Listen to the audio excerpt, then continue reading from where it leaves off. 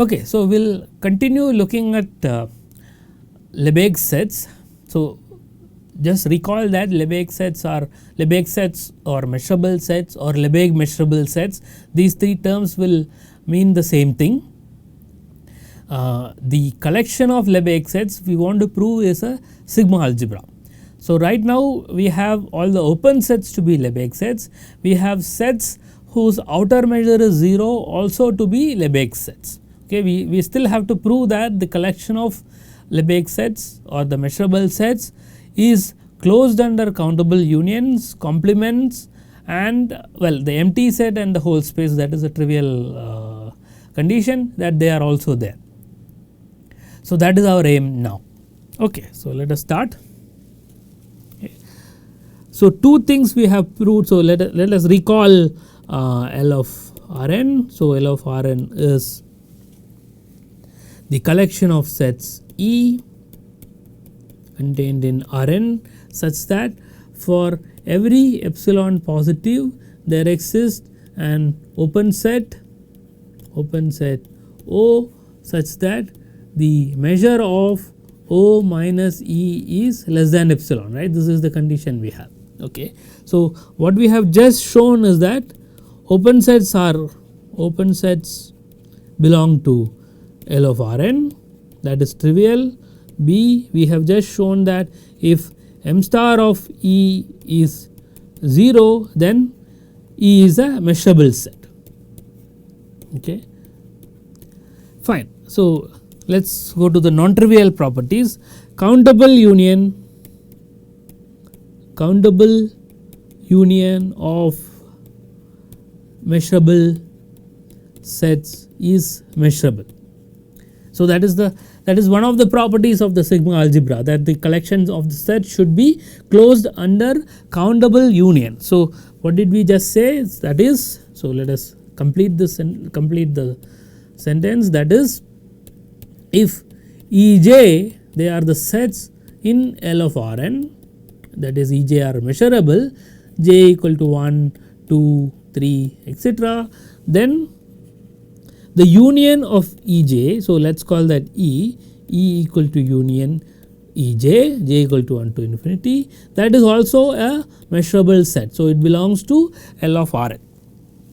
So, let us prove this. So, this is not very difficult, it follows from whatever subadditivity property we have for the outer measure.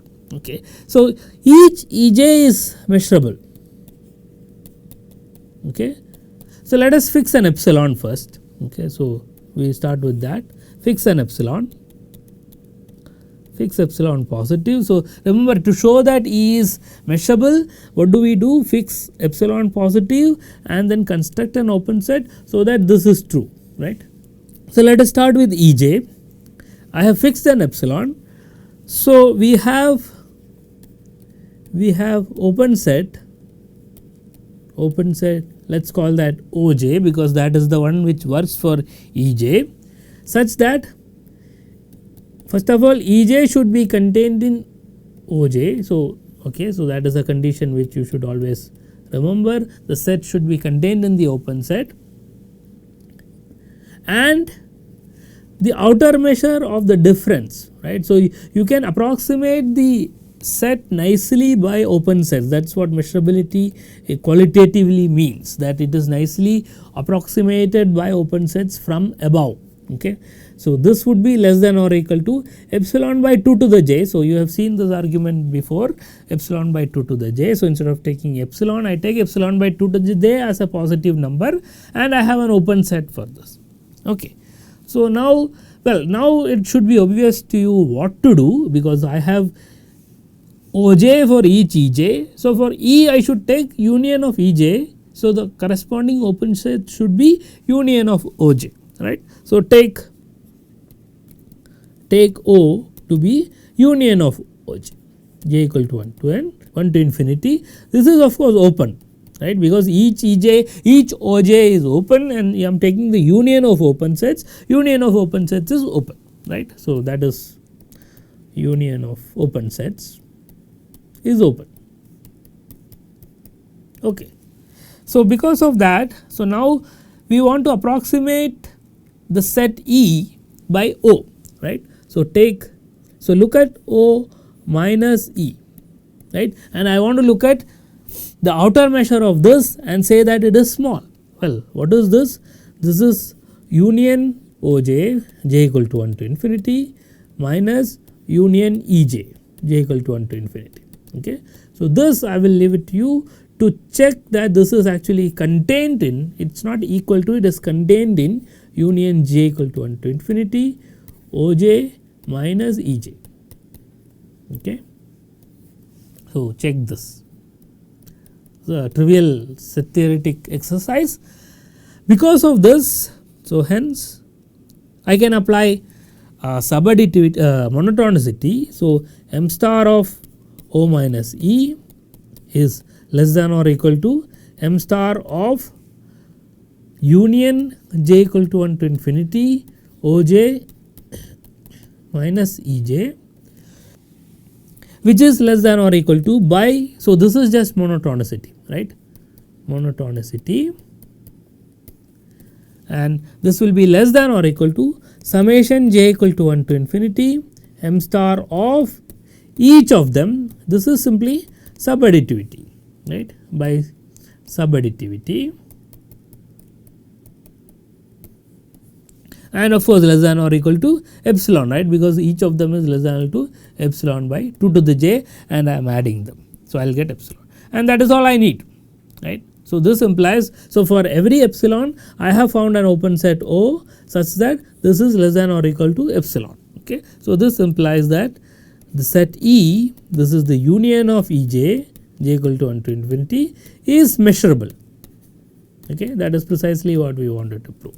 Okay. So, we have proved C, right. So, this is one of the properties for L of Rn to become a sigma algebra. Okay. So, we are still 2 steps away from proving that it is a sigma algebra. So, let us do that. So, that is the next one. Let us call that D. Closed sets are measurable. Closed sets are measurable. So, go back, the first one is that open sets are measurable, but that was trivial. Okay. Now, we are saying closed sets are measurable. So, that is like taking the complement. Of course, we do not know if we take the arbitrary set in L of Rn and take the complement, we still land in L of Rn, we do not know that yet, but this is the first step, closed sets are measurable. So, let's prove this. Okay. So, first thing to notice is that enough to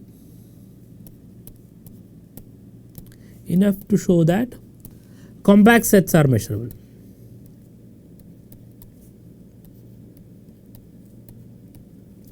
Compact sets are measurable. Okay. So, why is that? So, let me draw some picture for you. The closed sets, so compact sets are closed and bounded, right, it is closed and bounded. So, closed sets need not be bounded, it can be an unbounded set. So, let us say we have an unbounded closed set. So, something like this. So, let us take this sector. Okay. So, this including the boundary lines, right. So, that it will be a closed set, right, everything whatever is inside. What you do is you take, so you take a ball of radius 1, okay, and then you take a ball of radius 2 and so on. So, this is radius 2. Okay. So, this portion, this is the intersection of ball of radius 1 with the closed set, that is compact. Similarly, this portion, that is compact, and so on. So, what we can do is, if you intersect with balls of radius n and take the union, I am going to get, well, so when you intersect you will, when you intersect you get only this portion, right, whatever is inside. So, this would be compact, and then you will get this portion which is compact, then you will get this portion which is compact, and so on, right. So, you can write the closed set as a union of, countable union of compact sets. So, that is the reason. So, let's write that. So, if F is closed, you can write F to be union of F intersected with ball of radius n centered at 0, right, n equal to 1 to infinity. So, this is ball, closed ball of radius n centered at 0, and each of them is compact. This is compact because it is closed and bounded, and it is a countable union. So, if compact sets are measurable, then these are measurable. Okay. If compact sets are measurable, and the earlier property we have proved is that countable union of measurable sets is measurable, right. The property C, which we countable union of measurable sets is measurable. So, it is enough to show that each of these intersections is measurable, then because it is a countable union, we are done. Okay. So, that is why it is enough to show that compact sets are measurable. Okay. So, we will do that. So, let F contained in Rn be a compact set, okay. We want to show that F is measurable. Okay. Since it is a compact set, it is closed and bounded, right. So, it will be closed and bounded. So, there exists some big cube Q such that F is contained in Q. Okay. So, because of that, m star of F, the outer measure of F will be finite, right, because the compact set will be something like this, closed and bounded, okay, and you have a big cube surrounding it. Because it is closed and bounded, you can put it inside a big cube, right, and m star of Q is the volume of Q, right. So, this is finite, it is the product of the side length. So, that is finite, and so compact sets will have outer measure finite. Okay. So, now use property 4 of m star. Okay.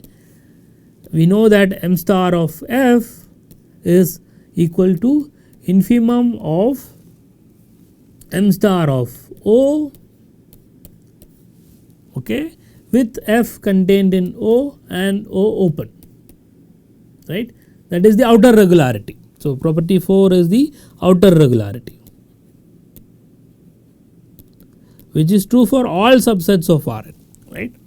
Okay. So, we have this property, we use this.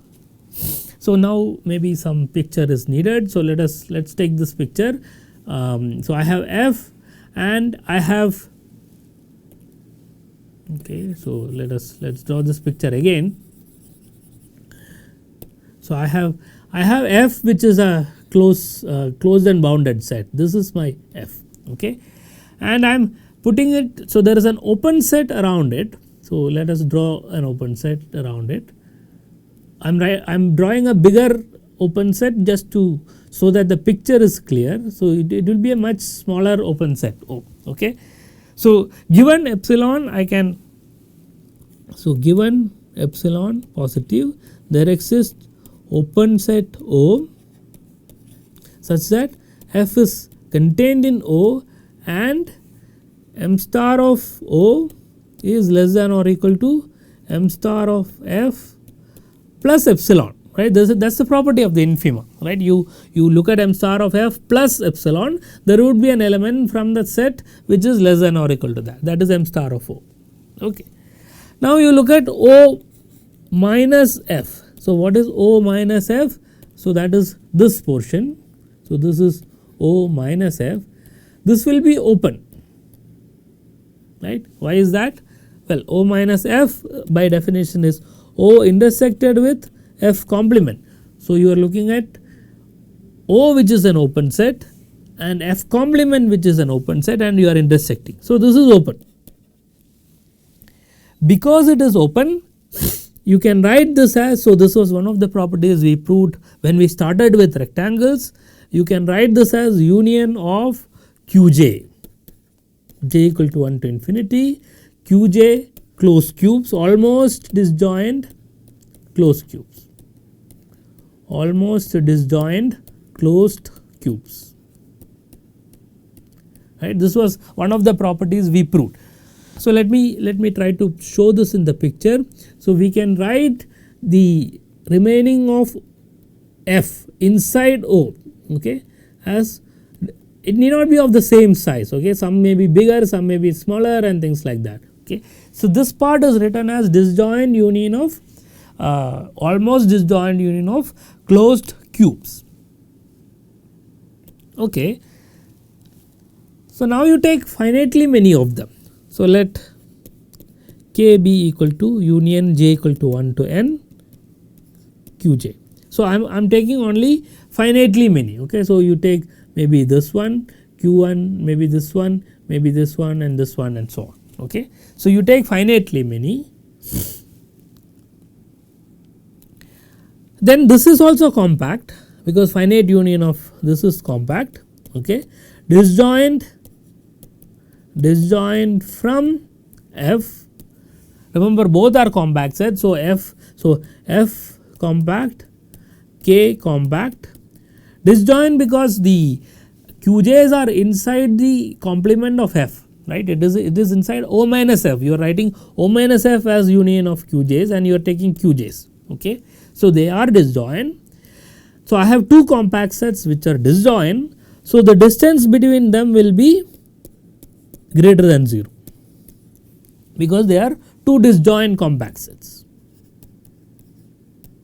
right. So this was the earlier exercise I gave. If you have two compact sets which are disjoint, then their distance is positive, okay.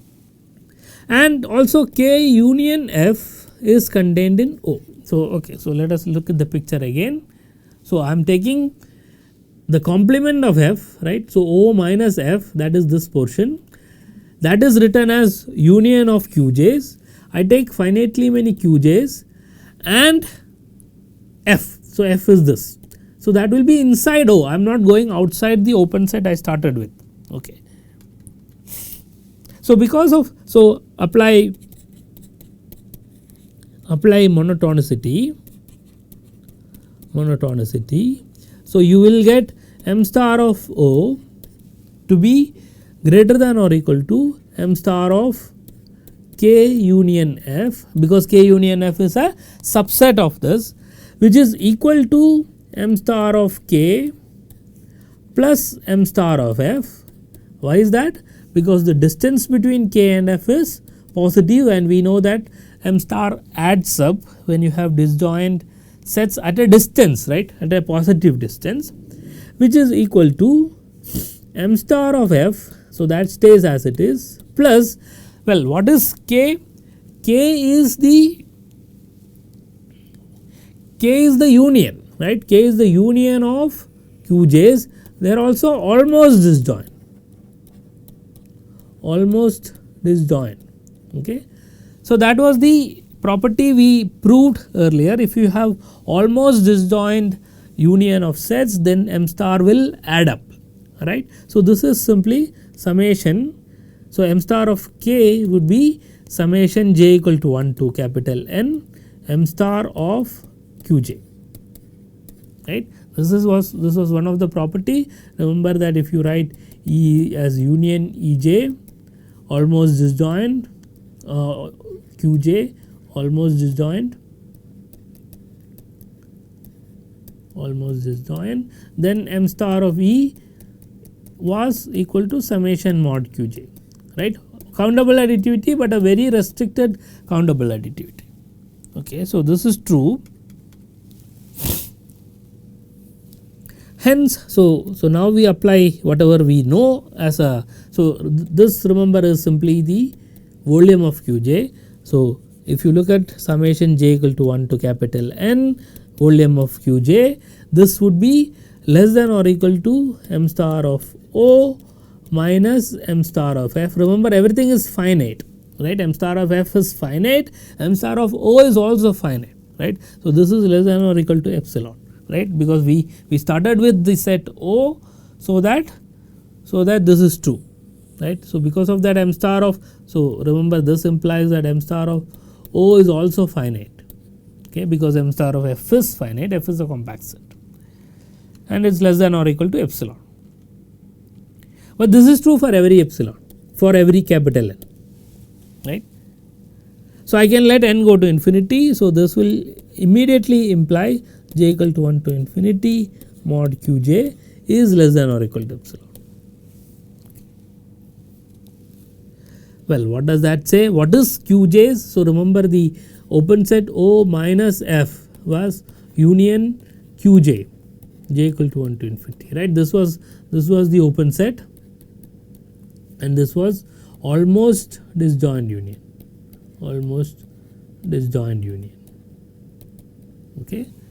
So, if you look at the outer measure of the open set O minus F, this is nothing but, well, M star of union qj, but remember this is a countable almost disjoint union of cubes. So, we know that it by, well, you can apply subadditivity here if you want, j equal to 1 to infinity M star of qj, and I know this is simply mod qj, but we know that this is less than or equal to epsilon, right. So, apply this is less than or equal to epsilon. So, that is all, right. So, this implies that F is measurable. F is measurable. Why? Because we have found an open set O such that O minus F has size less than or equal to epsilon, right, whatever epsilon you start with. So, that tells me that the compact set is measurable. Okay. So, what that gives me is, because any closed set is a countable union of compact sets and compact sets are measurable, closed sets are measurable. Okay. Okay, so, let us go to the next property. We are still far away from proving that it is a sigma algebra. So, the next property will tell me that it is a sigma algebra. So, if E belongs to L of Rn, then E complement belongs to L of Rn, right. So, we already proved that countable union of measurable sets is measurable. Now, we are proving that it is closed under complementation. So, that will tell me that the collection of measurable sets form a sigma algebra. Okay. So, let us prove this. So, if I take E in L of Rn, what do I have? For each, so let me write down the statement and then explain. For each k in natural numbers, choose an open set, we will call that OK, such that the size of OK minus E, this is less than or equal to 1 by k, okay, and of course, the set E should be contained in OK. This is true, right, because I can do this for every epsilon. So, choose epsilon to be 1 by k, right. So, this is simply choosing epsilon to be 1 by k, right, where k is 1, 2, 3, etc. Okay. So, for each epsilon I have an open set. So, for epsilon equal to 1 by 2, 1 by 3, 1 by 4, etc., we get open sets O1, O2, O3, O4, etc., with this property. Okay. Now, OK complement, if I look at the complement of OK, this is closed, hence measurable, right. We just proved that closed sets are measurable. So, OK complement is a element of L of Rn. Alright. So, this would imply union of OK complement k equal to 1 to infinity is also in L of Rn, right. We proved that countable union of measurable sets is a measurable set. So, I am taking OK complements and taking the union. So, that is also a measurable set. Okay. So, note that union k equal to 1 to infinity OK complement is contained in E complement. Okay.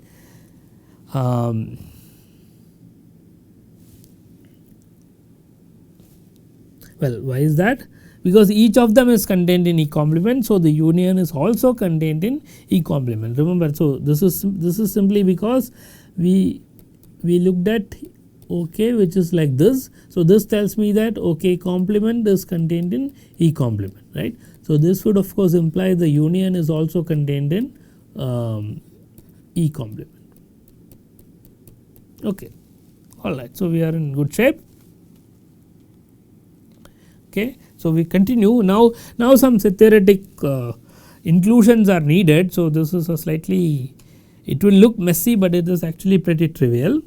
So, let me write down that first. So, E complement. So, now what we do is check this E complement minus union k equal to 1 to infinity OK complement.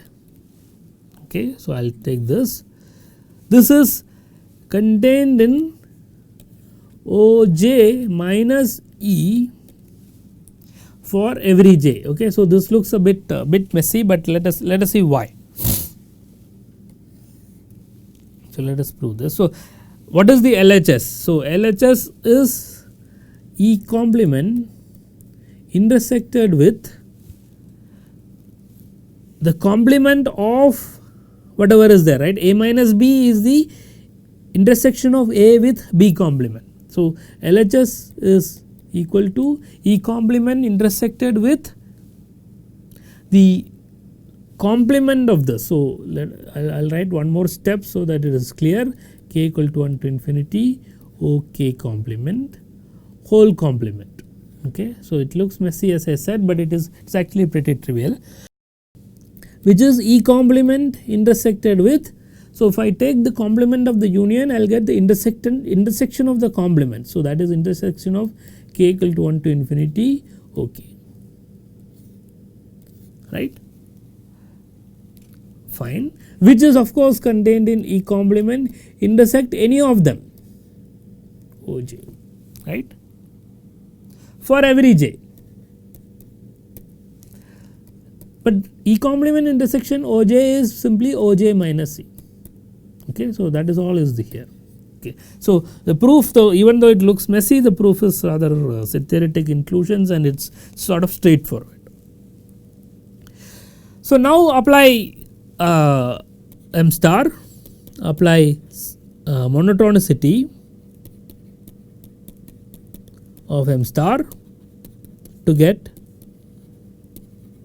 M star of E complement minus union k equal to 1 to infinity OK complement is less than or equal to M star of Oj minus E for every j. So, the right hand side has j, but the left hand side is independent of j. So, I can put j going to, I can let j go to infinity and this will go to 0 because this thing is less than or equal to 1 by j, right. That is how we have chosen the sets OK. Remember that it is less than or equal to 1 by k. So, here Oj will be less than or equal to 1 by j and let j go to infinity, I will get 0. So, what does that mean? That means this side is equal to 0. So, I have a set whose outer measure is 0. So, that belongs to the Lebesgue sigma algebra, right.